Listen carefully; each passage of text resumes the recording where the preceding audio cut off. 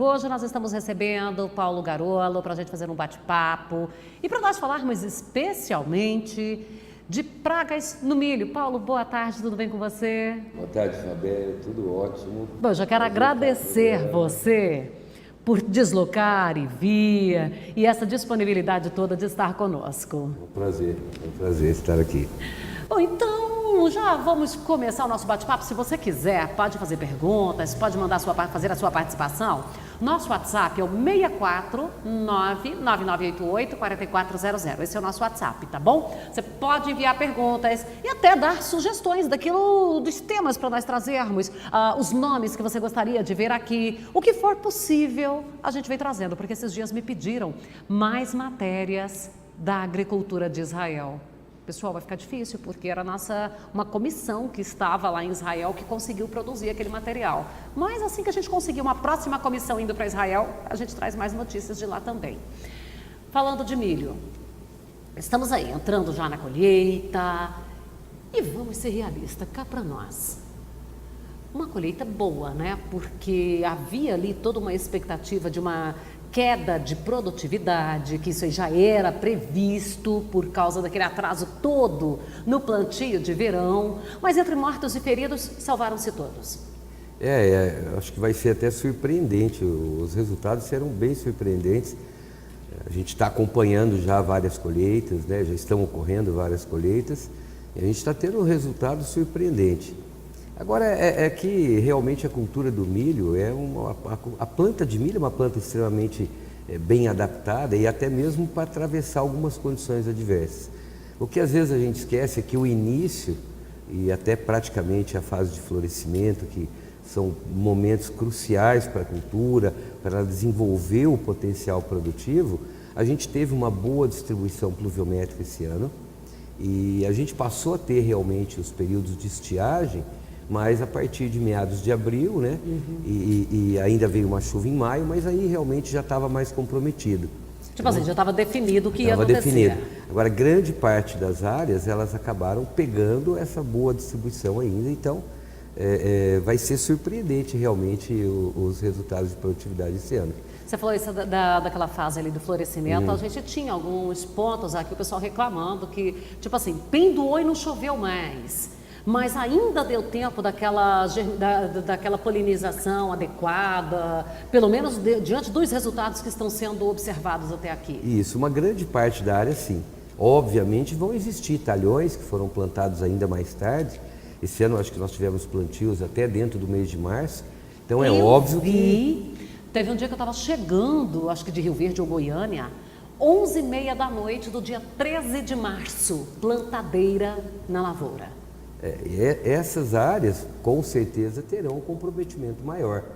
Existem áreas que até serão improdutivas, porque pegou a seca bem no período de polinização um pouco antes. Tem áreas que pegou seca um pouco antes, né? E já pegou aquele período longo. Então, isso aí realmente atrapalha e aí você tem áreas que podem se tornar até improdutivas. Mas dentro de um contexto, eu diria que a gente vai ter uma grande parte das áreas com bons resultados produtivos. E acho que vai ser realmente um ano bom para a safrinha. Agora vamos falar aí de cigarrinha.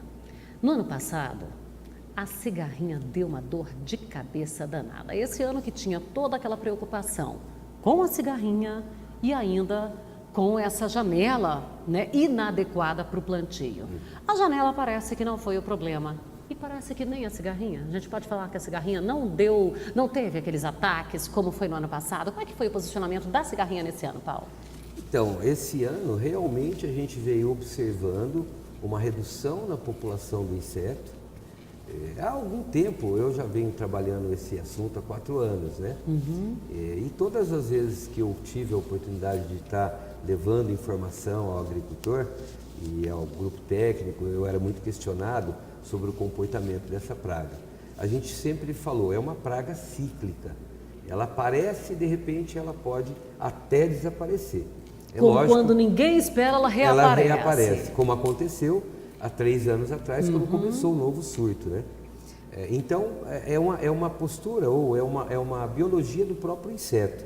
Até por ele ser é voador, cíclico. assim, isso aí contribui. Por ser esse inseto que vai, a gente poderia dizer assim, que vai uma nuvem. Eu diria para você, é difícil explicar, sinceramente é difícil explicar. Uma explicação técnica não... Não, eu tive a oportunidade de ouvir um pesquisador norte-americano falando sobre esse inseto, porque lá também acontece em algumas áreas, alguns surtos, né? Não é geral, mas em alguns surtos, em alguns momentos. E ele falou que é muito difícil, realmente não tem muita explicação no comportamento biológico desse inseto, essas variações que ela traz. Então, por isso ele é considerado um inseto cíclico.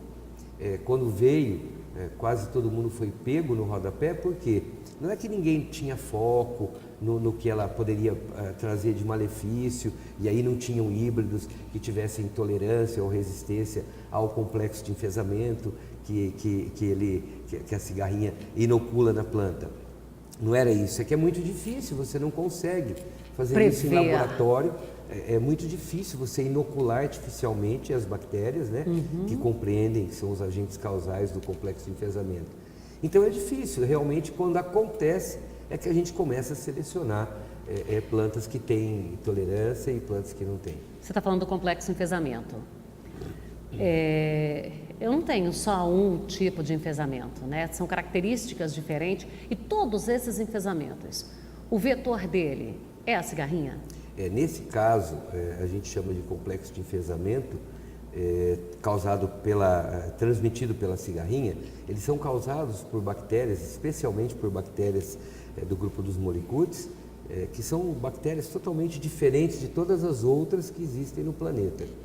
E são duas bactérias realmente que são os agentes causadores do enfesamento na planta de milho. Uma das bactérias é o espiroplasma, né? E a outra é o fitoplasma. O espiroplasma com Kelly é a bactéria que transmite o que a gente chama de cornicitante, que é o enfesamento amarelo. E o fitoplasma, ele transmite o enfesamento vermelho. Então são sintomas... Amarelo e pálido é o mesmo? Amarelo e pálido é o mesmo. Os sintomas, inclusive, entre as duas, é muito semelhante. O que muda é a cor. Aquela cor da folha que evidente. fica ali, né? Só que também tem mais um detalhe. A cigarrinha pode transmitir as duas bactérias ao mesmo tempo. Se ela estiver contaminada então, eu posso com ter as na duas, mesma planta as pode duas ter características? As duas características. E ainda tem também... É problemático. E ainda tem mais uma coisa. Dentro do complexo de enfesamento, como eu disse, duas são bactérias. E de todas as análises que a gente manda fazer, eu posso te dizer que 90%, até mais, sempre são bactérias. Mas existe também o vírus. Existe também o vírus, que é a doença que faz parte do complexo de enfesamento, é chamado o raiado fino do milho. Então é também transmitido pela cigarrinha, pela Dalbus mairis, que é a cigarrinha do milho, e ela também pode transmitir o vírus se ela estiver infectada com ele. E aí? Aí piora tudo. Eu vou pedir desculpa. Sim, esse aqui hoje quase que ele não vem por causa de tosse, de loucura. Aqui tá todo mundo desse jeito. Ó, não tem problema, o programa é ao vivo, então já estamos com a aguinha aqui para ver se socorre. Eu não posso ficar sem porque... e recentemente, só para compartilhar, lá na AgriShow, eu tive que encerrar o programa antes.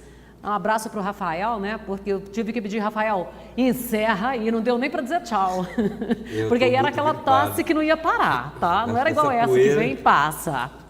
Mas esse complexo de enfesamento, ele pode ocorrer inclusive as três coisas na mesma planta.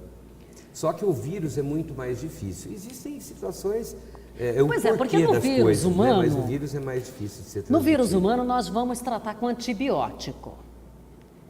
E a gente tem antibiótico para a planta?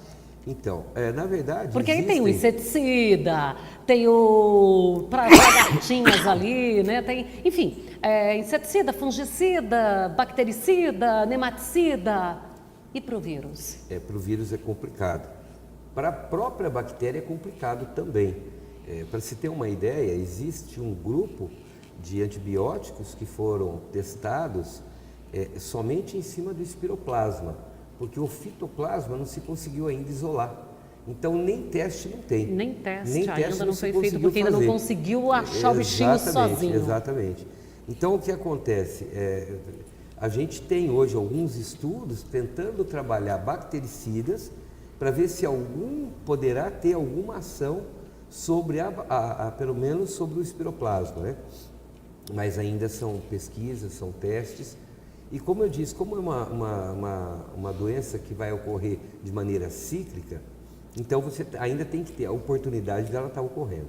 Agora, eu também não posso concentrar só com a cigarrinha e esquecer as outras pragas. Esse é outro grande detalhe, viu, Fabélia? Porque aí, às vezes, eu fico tão concentrado com a cigarrinha que me chega um nematóide, me chega um pulgão, enfim, vai chegando outros ali que eram insignificantes e se tornam... Igual a gente viu aí o caso do pulgão, inclusive, aí uns 5 anos atrás, mais ou menos, em que era uma praga secundária, porque era combatido, porque estava combatendo outra praga, e com a chegada do BT, que foi só ganhando espaço, não precisava fazer todas aquelas entradas, o pulgão estava tirando produtividade. Inclusive, isso são coisas que eu acho que à medida que a evolução tecnológica vai acontecendo, a gente tem que se preparar cada vez mais. Você tocou num ponto extremamente interessante e importante dentro do contexto. O próprio exemplo do pulgão. O pulgão era tido como uma praga secundária, até porque muitas vezes você acabava trabalhando o controle de alguma praga que já tinha, principalmente a Spodoptera, daquela gaito-gaitucho, e acabava algumas vezes usando produto que também tinha efeito sobre Eliminava o pulgão. Com o advindo da biotecnologia, então começou a se diminuir, ótimo, a utilização de produtos químicos e, enfim, a própria planta se defendendo, né? E você diminui a utilização. Então, as pessoas não tinham foco no pulgão. E até mesmo o manejo de pulgão não era muito sabido. Mas quando que eu faço? O que é muito, o que é muito, o que é pouco. Porque chega aquele ponto que, por exemplo, lá na soja, eu faço uma batida de pano, contabilizo o número de lagartas que eu tenho. Não, essa daí não me traz prejuízo. Pode deixar. Ou então, opa, tá na hora. E aí no pulgão, o que é muito e o que não é muito? Nem esse patamar, nem esse parâmetro não tinha. Isso. Hoje até tem, mas eu sou mais prático. Eu vou ser muito sincero. Eu diria que se eu detectar pulgão, eu vou entrar com aplicação para controle de pulgão. Por quê? Porque é muito difícil, primeiro, você contar pulgão. Hoje o que tem é número de plantas, uma indicação em número de plantas, percentual de número de plantas com colônia de pulgão. E o pulgão nem sempre é visto. E às vezes ele também aparece em uma parte da lavoura e não aparece na outra. Que era um caso também, quando ocorreu essa infestação toda, que às vezes o produtor passava à margem da lavoura, estava tudo bem. Na hora que ele entrava 3 metros na lavoura, eu já tinha problema. A situação já estava bem complexa, a gente acompanhou essas situações aqui. Então, assim, o que a gente indica é que o agricultor já tenha que começar a fazer monitoramento de pulgão, já quando o milho está no estágio de V6, né, com 6 folhas expandidas, porque é o momento que você começa a ver a instalação das colônias de pulgão. E esse momento, entre V6 e V8, são momentos que você tem uma instalação de colônias de pulgão. Nesse momento, o controle, primeiro, ele é mais fácil até porque você ainda transporta ou você trabalha com pulverizador, com uma certa tranquilidade dentro da cultura. Pulverizador terrestre. E a outro detalhe é que a gente às vezes se esquece que pulgão também é um transmissor de vírus. Eu também posso ter outras doenças que eu não tenho às vezes um quadro sintomático tão claro e eu começo a ter perca de abortamento de ovários, ou seja, falhas de polinização, perca de grãos por falha de polinização, que muitas vezes foi provocada exatamente pelo pulgão, mas lá atrás, então, quando não eu tenho exatamente na época do aquela espiga ali cheia de falhas, pode ser uma consequência do ataque de pulgão. Então, são coisas essa aí eu confesso que eu escuto muita gente, essa daí eu não sabia. São coisas que a gente precisa estar observando na agricultura.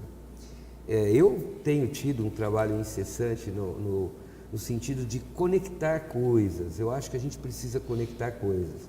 Quando você foca uma única coisa na agricultura, Ou seja, manejo integrado. manejo integrado, porque quando você foca uma única coisa, às vezes você induz alguns erros que podem causar um desequilíbrio total dentro do sistema agrícola. Exemplo disso, vamos pensar, quando veio a biotecnologia, poxa, a biotecnologia foi uma ferramenta fantástica no manejo integrado de pragas, porque ela facilita muito o controle, a própria planta, então ela produz a proteína, ela própria se defende desculpa, viu?